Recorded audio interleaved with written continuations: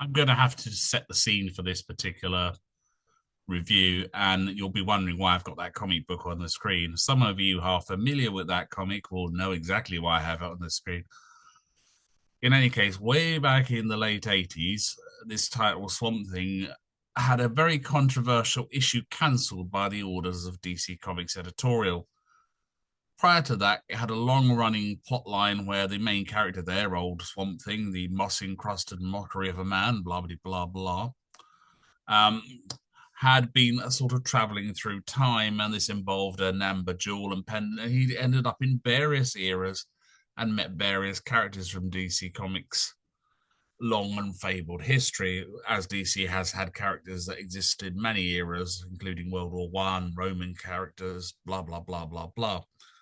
Now, of course, most people, when they think of this comic book, if they're familiar with comic book history, will be thinking of Alan Moore's very famous run. But this is by Rick Veitch, who came along after Alan, and I actually like this in some ways just as much as Alan's run. I think Rick is an equal match for Alan. But it was cancelled at this particular issue because Rick decided to end up having old Swamp Thing there meet Christ. And that didn't go down well in the world of the late 80s, where there was the old satanic panic going on.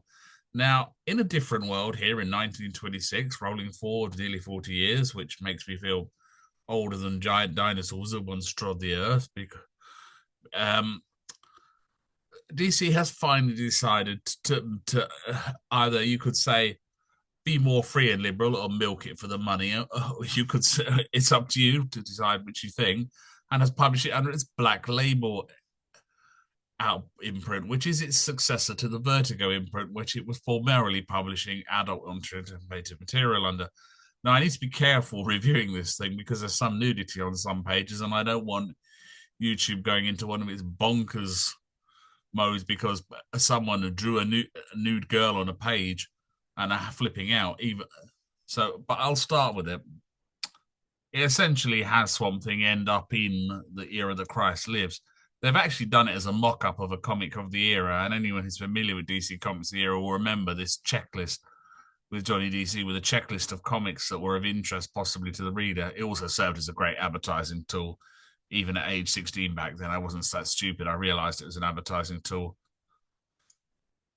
And the only thing that's modern in it so far is that Sonic the Hedgehog advert. But it's basically showing Swamp Thing ending up after one of DC's many crossovers. Its most infamous crossover, the Crisis on Infinite Earths, where DC unwisely, in my opinion, collapsed all its alternate Earths and then left us with a mess where continuity of storytelling no longer worked at all. Because after all, the principle of alternate Earths was quite easy for a 12-year-old to understand. That basically one world had a set of heroes who were a bit older because they started out their careers in the World War II era, and the others came along in 1960s. And you could, even a 12-year-old could grasp that would all slide forward, that these were cash cows and they would never get older. But anyway, we see Swamp Thing here rolling through an interdimensional void, and a clue as to what to come is on the right there with that big cross of light, which is a very significant clue as to where we're going to end up. And so it came to pass for the house of David there arose a great magician. Now, this is going to cause some controversy because Rick Veitch has gone with the idea that Christ is the DC Universe's greatest magician. Behold, he was a worker of miracles surrounded by a loyal band of followers. Some called him the first alchemist, and some the Messiah. To others, he was the Son of God. This is my body and this is my blood. Now, I'm not sure if this was original script. I'm not at all, yes, I can take it as a work of fiction. If people are going to be shocked by this, I wouldn't want to know what they think of something like Michael Moorcock's Behold the Man. They'd probably have kittens.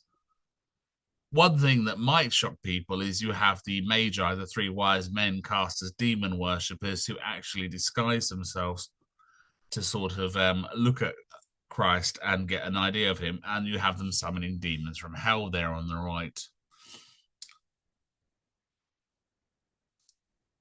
And we have them making a bargain with him. And then on the right, we have Mary Magdalene. This is one era or I might differ from Rick, because the fact that the Magdalene is often shown as a whore annoys me, because it goes back to a translation error from the Middle Ages. So it annoys me on that grounds that she is never shown in this role in the Bible in any way. But that said, again, it's a work of fiction. And she emerges, to be quite frank, as a sympathetic character here, despite her profession, and far more sympathetic than some of the other characters. And the gent she's embedded is a very minor DC Comics character. Marcus, yes, he really is called that. Marcus the Golden Gladiator. They seem to have only had about two names they could ever call characters in the comics in ancient Rome. It was either Marcus or Julius or a couple of other names. Then again, the ancient Romans weren't particularly varied about the names they used, to be fair. And Marcus is shown to be relatively sympathetic to the plight of the people of Palestine, and does his best to try and be as fair as possible from within the system, which is something that will come back to haunt him a few pages later, where he's possessed by a demon. And we see, skipping forward, Swamp Thing actually encountering Christ and noticing that Christ is more aware than other humans. He knows I'm here, yet doesn't react with the usual fear and misunderstanding. Now, generally speaking, the view of Christ given in this comic is remarkably sympathetic. Christ is viewed as a man who has compassion for all, is unlikely to start a fight, and wants people to stop fighting and try and understand each other. And fair enough. There's not much to really a great deal to complain about in some ways in that. I'll skip forward there as we have a bit of nudity, and I don't want, as I say, the wonderful world of YouTube to go bonkers. The fact that Marcus, for bizarre saying my own name, has been possessed will lead in a way to the downfall of Christ, because Rick identifies him with those sent to arrest Christ in the Gethsemane. And it's a remarkably interesting take on making a fictional narrative fit the biblical narrative. If someone's going to complain and say it's blasphemy, I would say it's an exploration of ideas, an exploration of how corruption can lead to the end of a man's life who's preaching peace. There's a bit further back, actually, which I will skip back to, where a demon sort of notes that, here we go, demons do not slay, foolish one. We corrupt, we defile, we desecrate.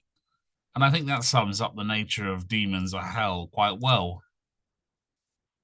But skipping forward, you actually see bits, references to a fair bit of the biblical narrative from the New Testament.